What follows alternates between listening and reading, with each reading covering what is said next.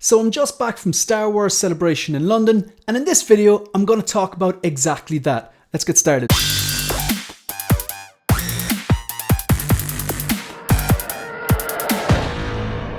Hi everyone, welcome to 1/6 Figure Focus, and you're very welcome to another episode. And in this video, as I outlined at the start, this is all about Star Wars Celebration 2023, which took place in London. It was a 4-day event, which started last Friday the 7th, I think it was. Yeah, Friday the 7th. So you had Friday, Saturday, Sunday, Monday. I was over there for Friday and Saturday. I knew I'd enjoy it, but I didn't realize just how much I enjoyed it. Over there, I met some YouTubers, like these 1/6 scale collectors, YouTubers. I'm not saying they're 1/6 scale, but you know, they collect 1/6 scale. I'll move on. Austin and Nicholas, and I got to meet his girlfriend as well, and I got to meet Calvin, the low-key collector, and his wife. I got to meet Lael and Toya. I got to meet Ben the Attention-Seeking Geek, their friend Simon, James T. Keegan, Peter Triple G Comics. Who else did I run into? Obviously, the guys from OFAC, Ian and Pete, and their friend Mark. I missed a few people. I know Empire Strikes Again, Phil was there. Unfortunately, missed him. Dan and Carbonite, could not get in contact with him with the Wi-Fi and the data being blocked out.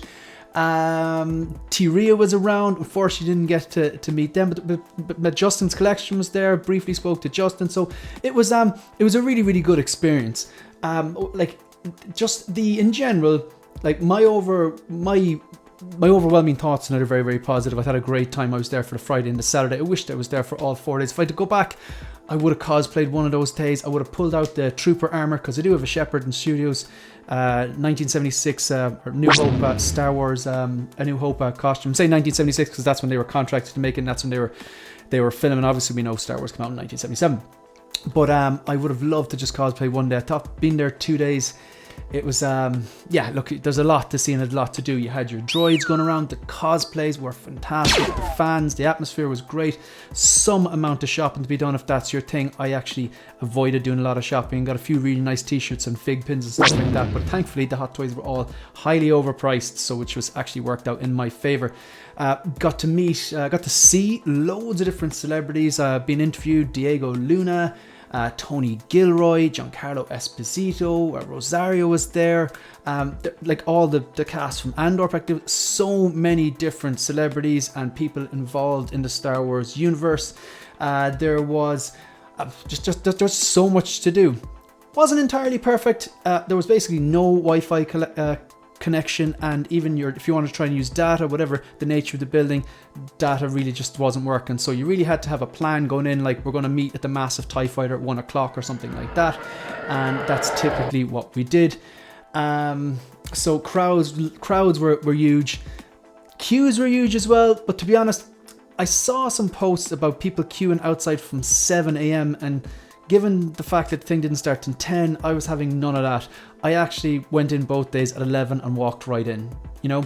But then again, I didn't have autographs to queue up for, or I didn't have, photographs or with any of the cast or any of that. I wasn't doing that stuff. Basically, very expensive, and I didn't want to queue, to be quite honest. But I've seen some of the photos, and they're amazing, and I've heard very good things about Hayden Christensen, Rosario, and all those different people. So what we're going to do now is we're going to take a look at the footage that I shot, and I'll just do a voiceover and explain the different things that I saw along the way. Right, let's take a look. Okay, so this is basically just some of the footage from the trading floor. So basically, when I kind of walked in, I turned to the left. I suppose it depends on where you come in, but typically they sent us around the back of the convention center. You walk in, you turn left. In the main atrium, there's like a lot of like various different props. Like there's an AT-AT, there's a TIE fighter. It looks like a 1-to-1 TIE fighter actually. The AT-AT not so much, but it was still huge. So then this is basically the trading area. So obviously you can see some cosplayers. You got a Mandalorian there, with 2 Mandalorians. You got like Din Djarin with the Darksaber here. And I actually saw multiple different Din Djarins.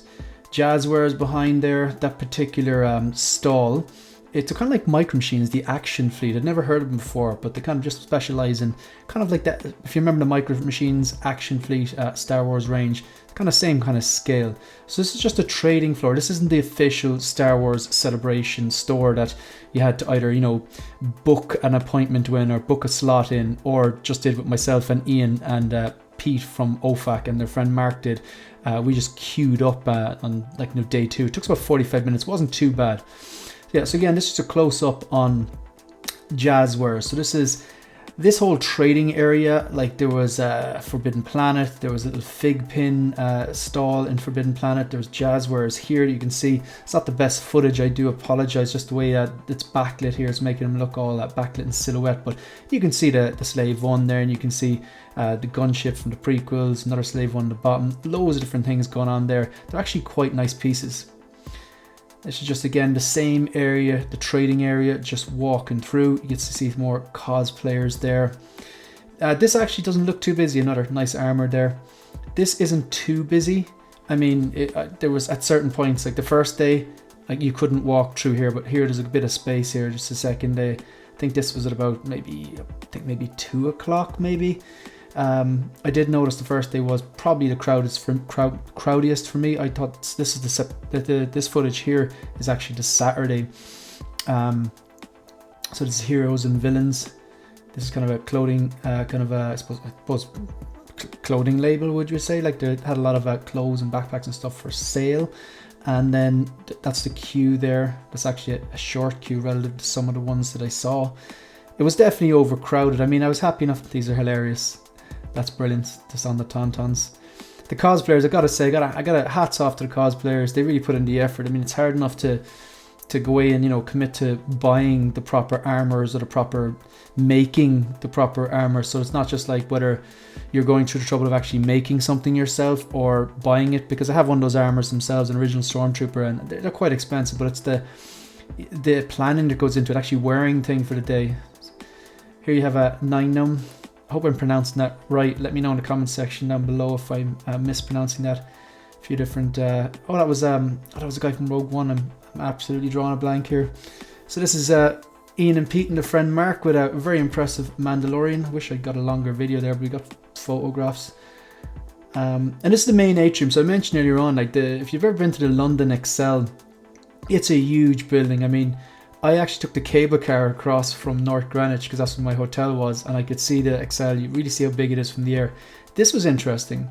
So this is actually on the other side. Like the first footage I showed you from the trading area, which would be right next to the main stage, and then the middle atrium I just showed you. This is the other side of the convention center. This is actually next to the store. It's very interesting as well. You had this guy he was running an average of 25 kilometers a day for 4 days in a row, so 100 kilometers for the Make-A-Wish Foundation. I mean, not every hero wears capes. Some wear Stormtrooper armor. That's just amazing work. Like, in fairness, the 501st and all them, they do amazing work for children's charities and visiting hospital and stuff. So that guy ran 100 kilometers in a Stormtrooper outfit. It's hard enough to run 25 kilometers, which is like a marathon's 42. That guy was running like over half a marathon every day. Half marathon be what, like 42 kilometers, 21 kilometers. He was basically running more than a half marathon every single day. Anyway, this is like kind of a droid workshop, and there was a little kids area here as well. You got some mouse droids here.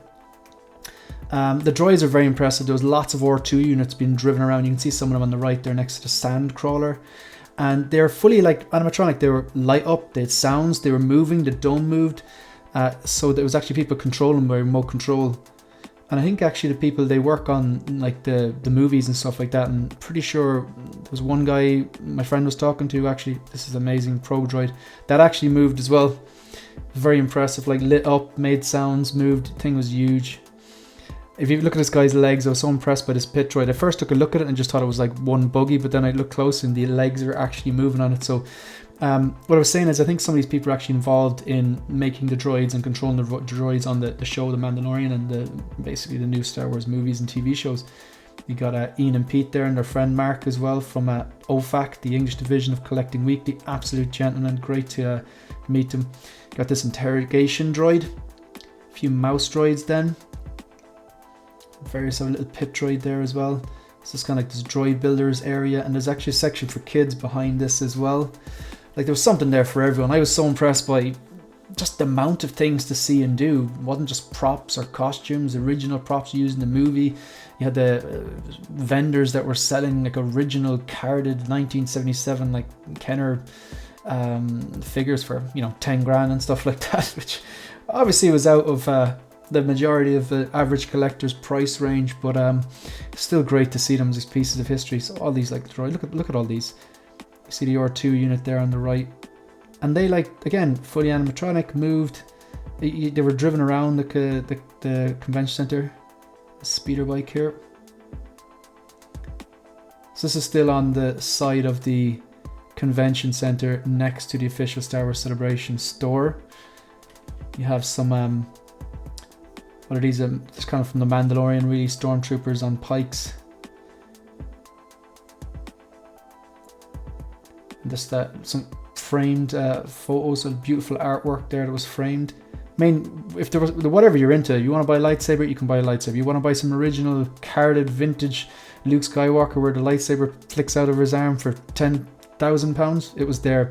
T-shirts, hoodies. I got picked up one of the T-shirts myself. Actually, I was really impressed by the beautiful badges that they give you. I got like there was different characters on different badges. They look really like, they're basically like this. This is the Leia one. I got the Leia in the hand because the 2 days I had there, that they're the badges that I got, but you obviously get the lanyard and hanging around your neck and stuff like that. But I thought they were beautiful.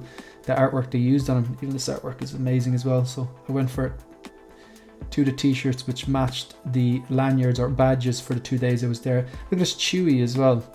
I've seen some of these Wookiees, and whatever about the armor, this guy has to be heating up. Like, this guy has to be really, really hot inside there.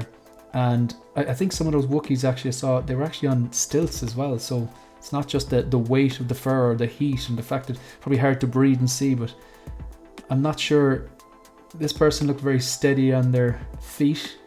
So I wonder if they're wearing like platforms or something, but there was definitely one I saw that looked like he was wearing stilts underneath. There's a Lego shop. Like, there was like a shop for everything. There was a Lego shop, there was Forbidden Planet, there Funko Pop had their own section there. I think there was a Hasbro one as well. Whatever you're into, there was Hot Toys, there was plenty of them, but thankfully they were all highly overpriced. That's, I suppose, the advantage of running a YouTube channel or watching various different YouTube channels and knowing the value, the kind of the market price or whatever, the value that they're going for on the, either on, you know, Sideshow or Hong Kong reseller.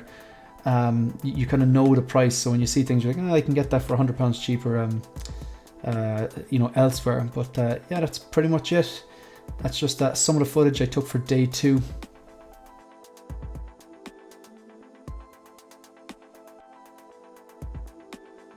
So in conclusion, I knew I'd enjoy it, but I absolutely loved it. And as corny as it sounds and as cheesy it sounds, the best thing, despite the fact that there were, you know, droids been driven around, there was original trilogy props everywhere, there was, you know, like a life-size chicken walker, there was the cosplayers were just phenomenal, and the patience of these people that they stay and they'd allow you. I did not meet one cosplayer who said no, I don't want to take a photo with you. I could just walk up to them and say, any chance of a photo? And they were all so nice in accommodation. They do their very different poses, a lot of fun.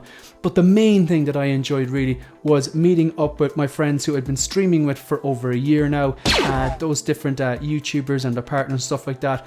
Really, really a kind, fun people to be around. Absolutely loved Ancient Silver Fox, of course, Ian out there, and his partner Lucy. Absolutely, really enjoyed meeting you as well, and Marcus and Keith as well. I really hope I'm not leaving anyone out, because there was just some amount of fantastic people that I met over the last few days. So look, I hope you enjoyed the video. If you want to support the channel, like the video, subscribe to the channel, and leave a comment. Let me know if you're at Star Wars Celebration in London, or you've been at one in a previous one, or more importantly, are you going to Japan 2025? You can also follow me on Instagram and on Twitter.